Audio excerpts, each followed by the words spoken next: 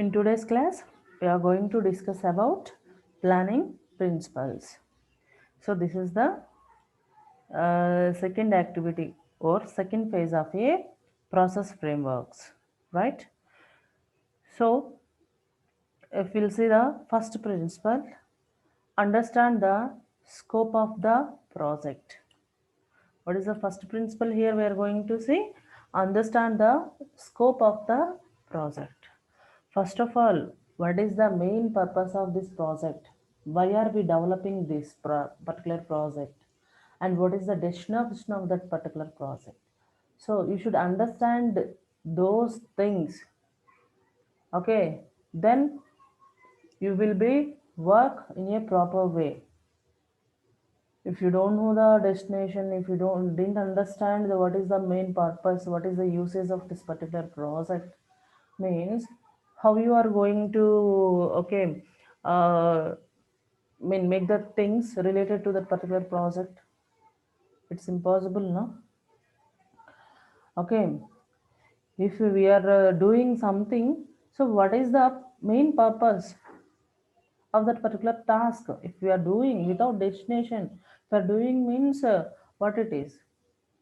If you are preparing for some exam, okay, which kind of exam is that?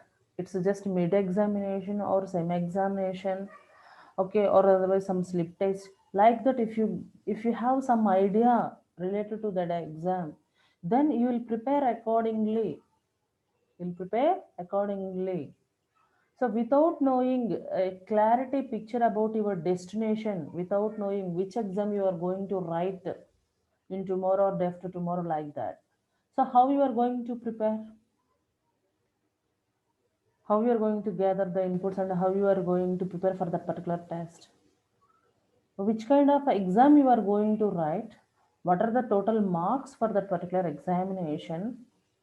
So okay, if you want to pass or if you want to clear that particular subject, how many marks you need, okay, basic, or otherwise if you want to get what outstanding marks in a particular subject, so what is the marks you need to get, like that you have some clear idea of that particular destination. So you fulfill the things related to the destination, you are going to gather, you are going to prepare accordingly to reach your destination, isn't it? So like that here also, first of all, you should understand the scope of what is the main purpose of that particular project. Why are we developing that particular project? Which kind of users are going to use that particular project? So based on that, you should develop your project. So that's why first of all, understand that project clearly. Scope provides a software team with a destination. What it will provide you? It will provide the proper destination. You will work towards that particular proper destination. And second one, involve the customer in the planning activity. So if whenever you are going to, okay, plan the project, first of all involve the customer involvement is necessary. Okay, you should discuss with a customer about each and everything. You are asked for something, okay, you are asked me to prepare this kind of function, okay, we are planning to fulfill that function like this, okay, this method is suitable to you or not, would you accept this kind of method or not, like that for each and everything. So whatever the planning you are going to, okay, doing according to that project, you should show it to the customer. Okay, involve the customer while planning related to your project.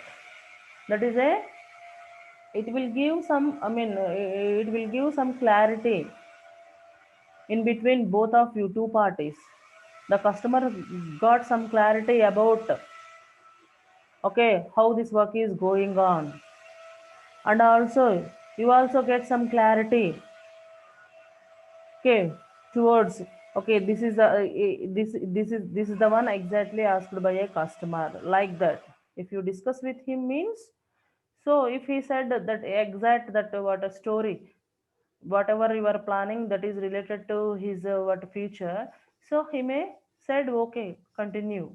So like that, for for that, for that we are going to involve the customer into a planning activity. Next, recognize that planning is iterative one. What we need to know here, first of all, we need to know one point. Whatever the plan we have to do related to a particular task, that may be a iterative one, which means so there is a chance to involve more number of what requirements or more number of requests. Okay, you need to perform planning not only one time, two time, three time, four times, isn't it? So if more than one time, if you will do that same task, that is called a iterative task, isn't it? So here the planning is also a iterative one, which means if you plan something, I mean, if you choose one way to finish up that particular work, okay, you will discuss with your customer.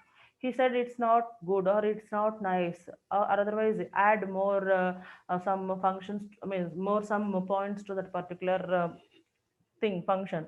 So at that time you need to change the plan again, or otherwise if you will show your project to your higher authorities, then they not give some acceptance to that particular thing. Why? Because that may be some little difficult one, or some what some there may be different views while doing one work. Okay, there are different things will be focus on that.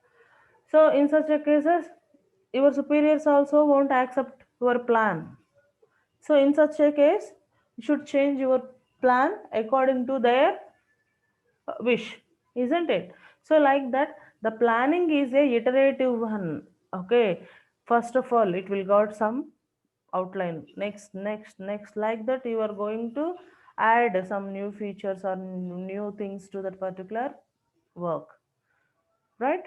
We should accept that one. We should recognize this one, right? And coming to the fourth one, estimate based on what you know. So, first of all, you should estimate the things, estimate the plan, what you know. So, first of all, what you should understand related to that project, based on you should estimate the okay things, efforts, costs, duration. If I have given one task to you, okay, get ready a project like that. So yourself, you should estimate, okay, how much time I have to complete this project, how much cost it is needed, okay, and how much effort I should put on that particular project to complete this. So like that, you should first of all you should estimate the work, okay, based on your knowledge to fulfill that function or to fulfill that requirement. So there may be changes. I mean, while working on that also, you may get some changes, some deviations. So, but first of all, whatever the thing we are going to do, we will have some idea, some estimation, which means if we want to go to college now, okay, if you want to go to college now, so how to reach the college, how we will go to the college now, and what is the vehicle we will use.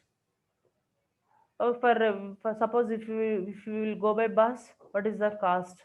If you'll go by what bike, what is the cost? If you'll go by car, how much amount it needs, how much time it needs. So like that, everything is estimated first according to your prior knowledge.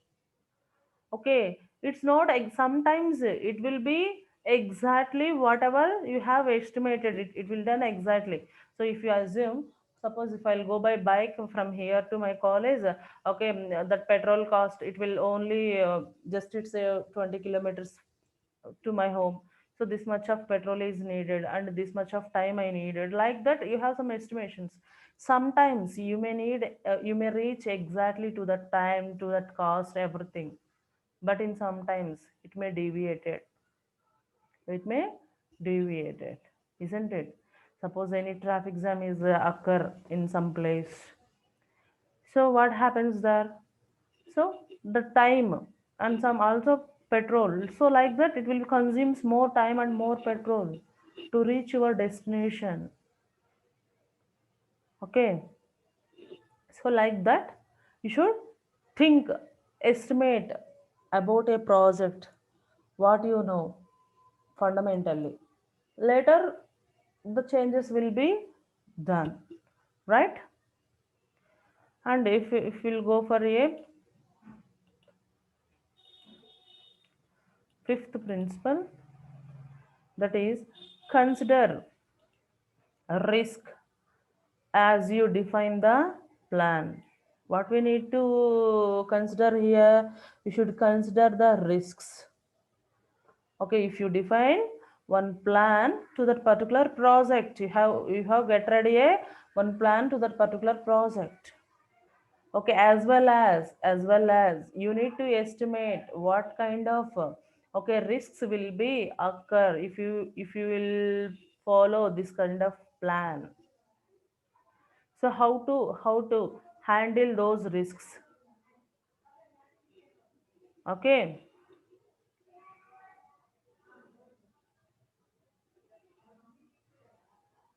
so like that you should think out, if I'm going to travel through this road, what kind of risks will be occur into that particular road. I mean, there is a chance to get. Sometimes that is mandatory risks, but sometimes there is a chance. So first of all, estimate those risks, and be ready to overcome those risks. Okay, you want to reach by college 10 a.m. Okay, assume you want to reach by college 10 a.m. So your traveling time is only 30 minutes is enough to you to reach the college from your home. Okay, instead of starting by 9:30, better to start by 9:15 or 9 o'clock.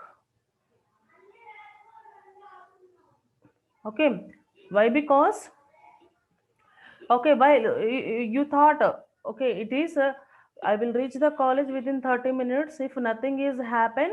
Okay, in I mean while my journey or during my journey, but if something is happen, some traffic jam or some hurdles will be came, okay, during this journey. So how to overcome those? Okay, impossible to overcome at that time. That's why you will be early 15 minutes or 30 minutes before.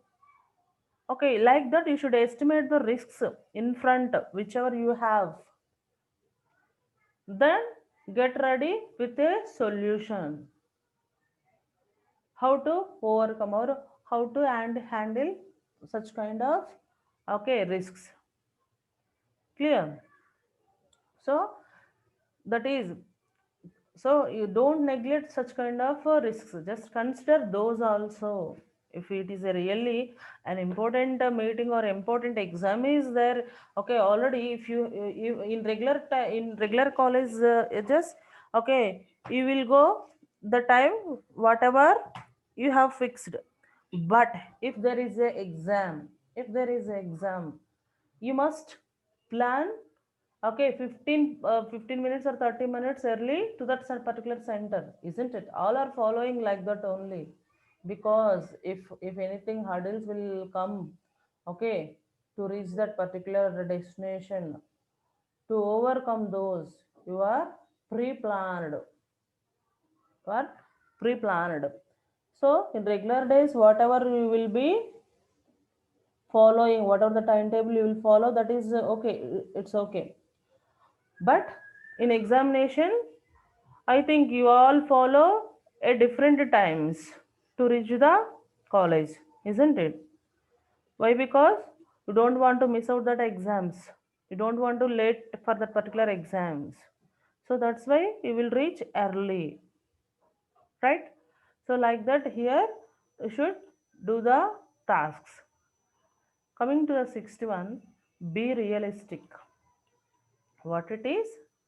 Be realistic, which means nobody, okay, not work 100% per day. Okay, we are having off 24 hours time, right? So in 24 hours of time per day, so one day we will work for even what 18 hours also. For some days it's not possible to work in such hours. Why? Because we are the human beings, we are not the machines. Okay, one day we will mind will work very fastly, okay, and freshly new ideas will get easily, okay, it will be active. But in some days it's not like that. Okay, so don't give the time to the customers, okay, by taking exact times, exact per day 8 hours is there, so we'll finish off within a 16 hours, or within 2 days we are going to finish off this project.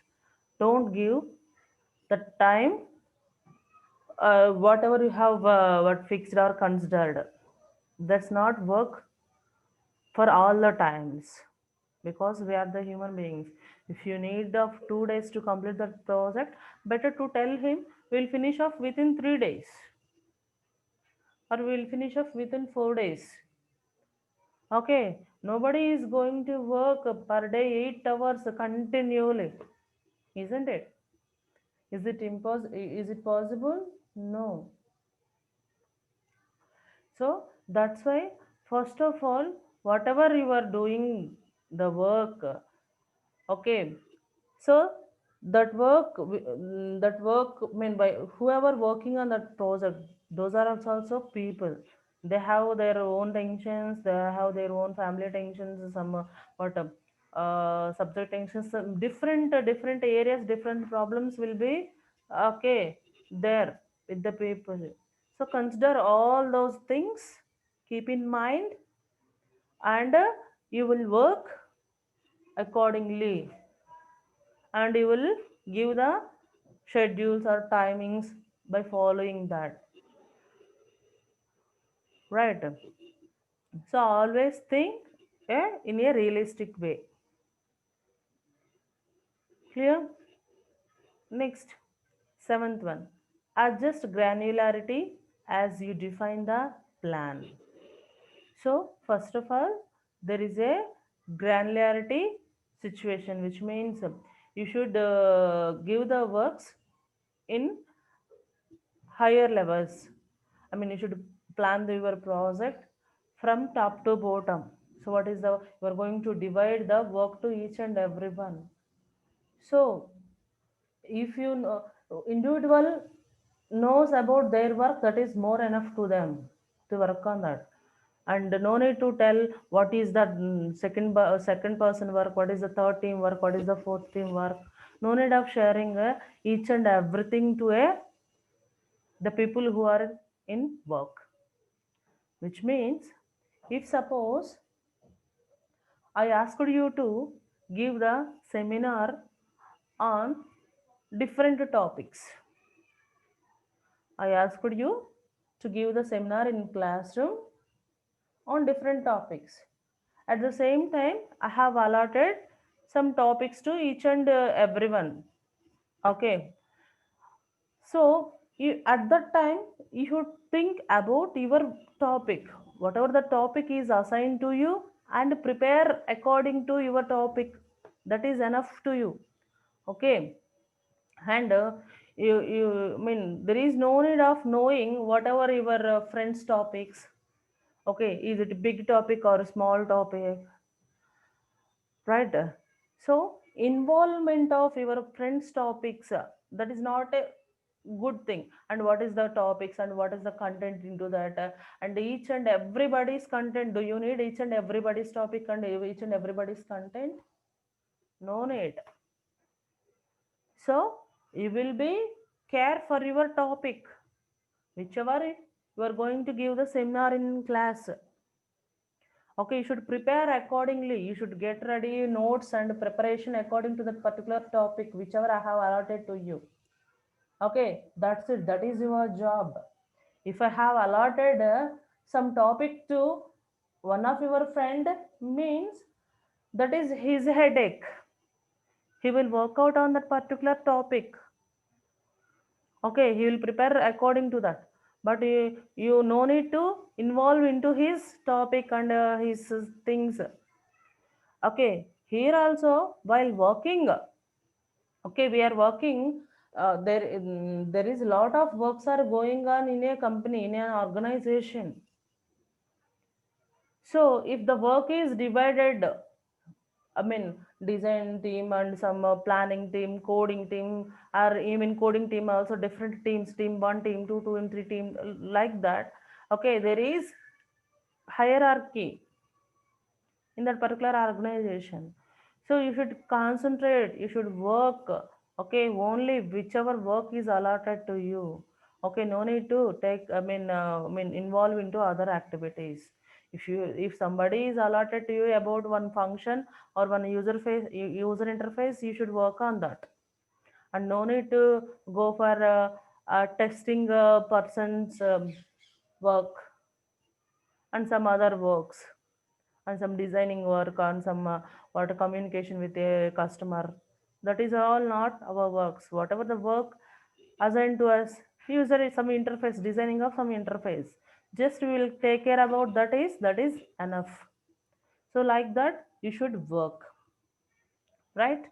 And eighth one, define how you intended to ensure quality. So how you are going to provide a quality to that particular project. You need to define the how you are going to include the quality components into your project. So quality is a one of the important parameter in a project. Not only in a project, everywhere the quality is one of the important parameter. So you should implement that quality features into your project or into your work. Then your work will be okay, what a reliable one, which means it will be stable, it won't get any kind of a false, okay, during usage of that particular project, isn't it? So like that, first of all you should define the quality of a project. Next, ninth point is describe how you intended to accommodate change. So if any kind of changes are you want to made into that particular okay project, how you are going to deal those changes. Okay, so that is also you should describe how you intended to accommodate the changes. Even the best planning can be obviated by uncontrolling change. So according to a user requirement or according to some risks or some budget problems, whatever it may be, you should you need to change you need to change particular things of a project. How should take those? How should accommodate those changes? So that is also a one of the best one. I mean, one of the principle here, whichever we are discussing, right? 10th point, last point is track the plan frequently and make adjustments as required. So what here we have to do, track the plan, whatever the plan we have developed for that particular project.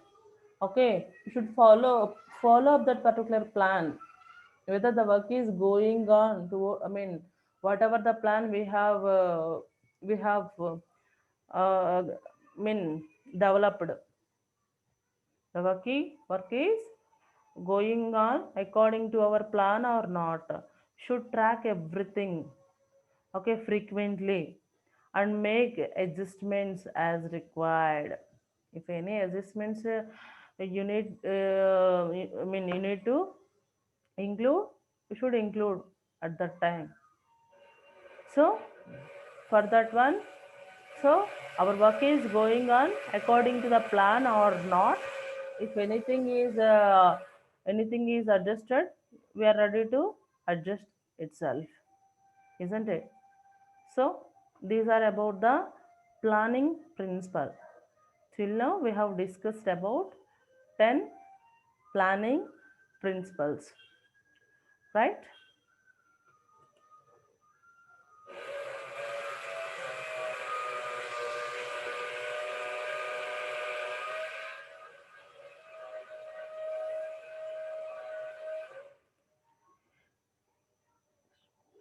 In next slide,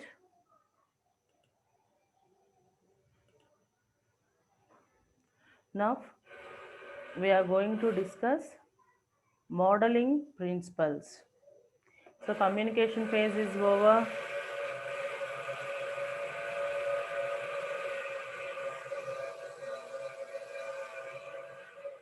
Planning phase is over. Now we are in modeling phase. So now we are going to discuss about modeling principles. In software engineering work, two classes of models can be created. Here there are two classes of models are there. Okay, first one is requirements model. What is the first one? So in model, now we are in modeling principles. So if we want to model, so there are two classes are there in software engineering. If you will see the first model, that is a requirements model. This requirements model is also called as analysis model. And second one is a design model.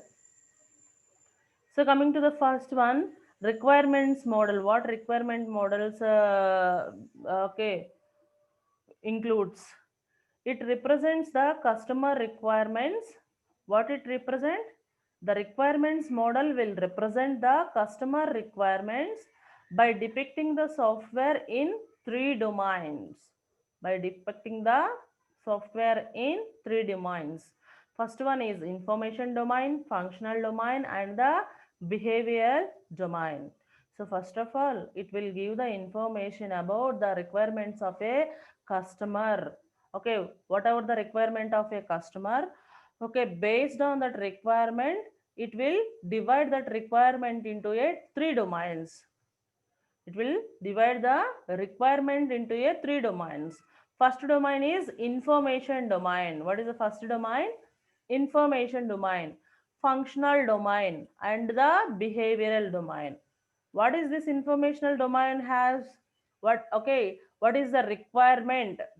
Okay, requirement of a customer. Clear information about a requirement of a customer will have the requirement domain. And coming to the functional domain, so according to this requirement, according to the information whatever we have related to a one story, so how we are going to, okay, implement, okay, how that will be work, after that how it will be behaved. So behavioral domain in the sense, if we will develop that particular requirement, how it will be behavior. So what are the functions we need to fulfill that particular requirement? Clear? So if we asked about a particular story, okay, particular feature. So first of all, what is the feature? So how to fulfill this feature? About the feature of that particular customer, we are going to gather the information related to that particular feature. Next, working of that particular feature. Next, behavioring of that particular feature. Function in the sense how we are going to implement that feature, and after the implementation how it will take the input and how it will be produce the output, whether it will be worked according to a customer requirement or not. Like that we are going to estimate the everything, isn't it? So that is about requirement model here. Next, design models. Design models represent the characteristics of the software. What these design models will tell us, these will represent the characteristics of the software that help practitioners to construct it effectively, which means here the design model includes the architecture, user interfaces and component level details. Design models exact architecture of a outline of a project. After that, what are the user interfaces that project include? If that is a component level kind of projects, what are the details of each and every component? Which means there is a server component or there is a client component. So whatever the details we need to fulfill of that particular project. Okay, what is the component one architecture? What is the component two architecture? How those are going to work? Like that we are going to, okay, implement in this particular design model, right? And if we'll see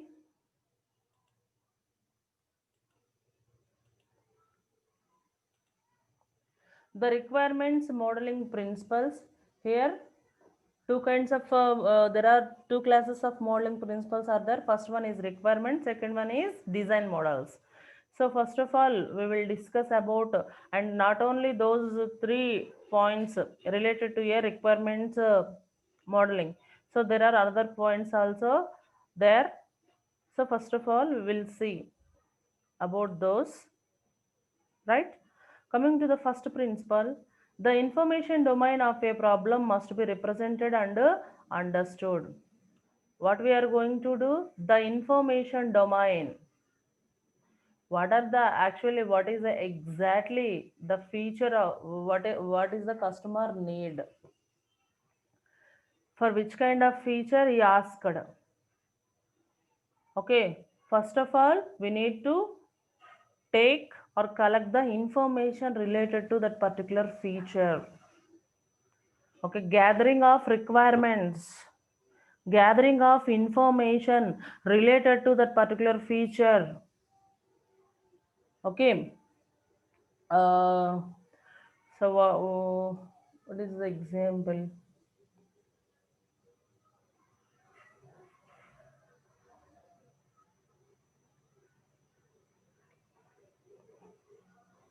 Yeah, for example, if you will take the zoom app, okay, if we will take the zoom app, if suppose some new feature is if you want to add new feature to this zoom app, so which kind of feature we are going to add?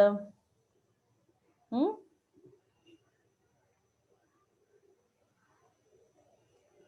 Okay, for example,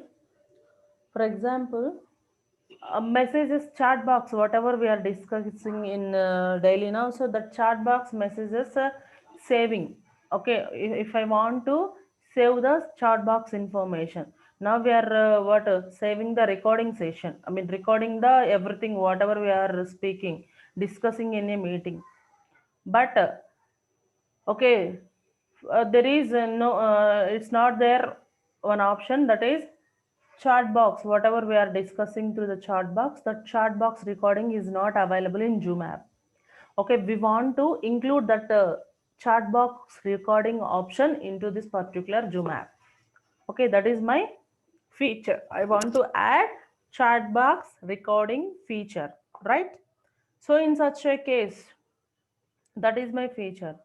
So for that feature, first of all, we should gather the information.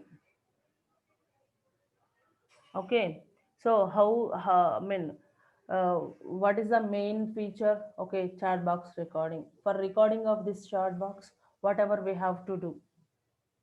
Okay, so what we need to do to, if we want to record this chat box, what we need.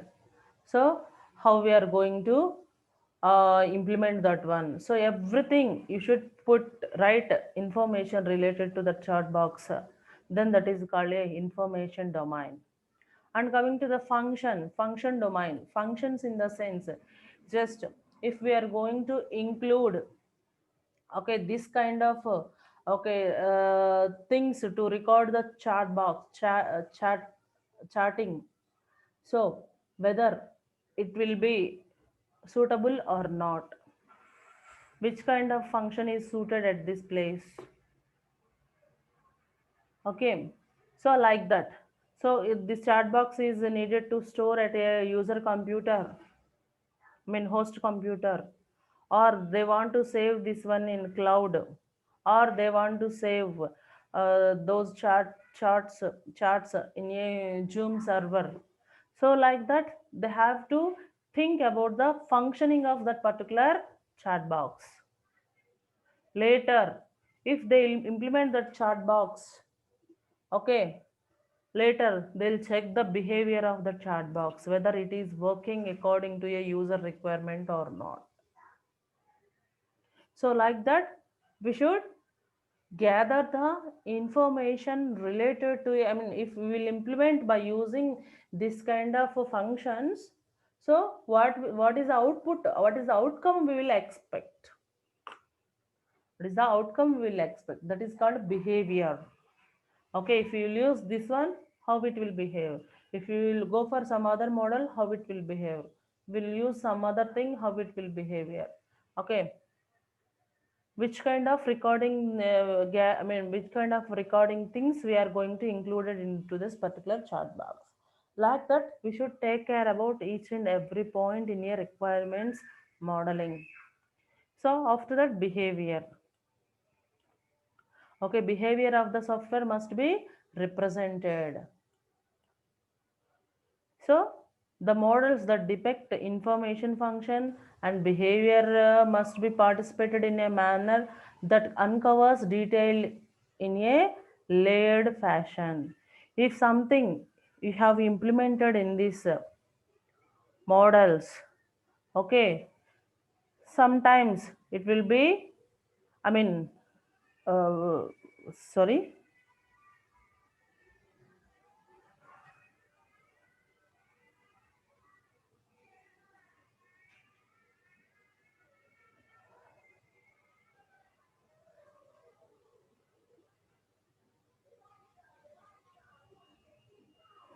So whatever the things we have discussed about three domains, those will be represented in a hierarchical fashion, right? Next, the analysis task should be moved from essential information towards implementation details. So whatever the information we are gathering related to that particular project, that should be useful for implement that particular project, isn't it? So these are the requirement modeling principles. In next class, we are going to discuss about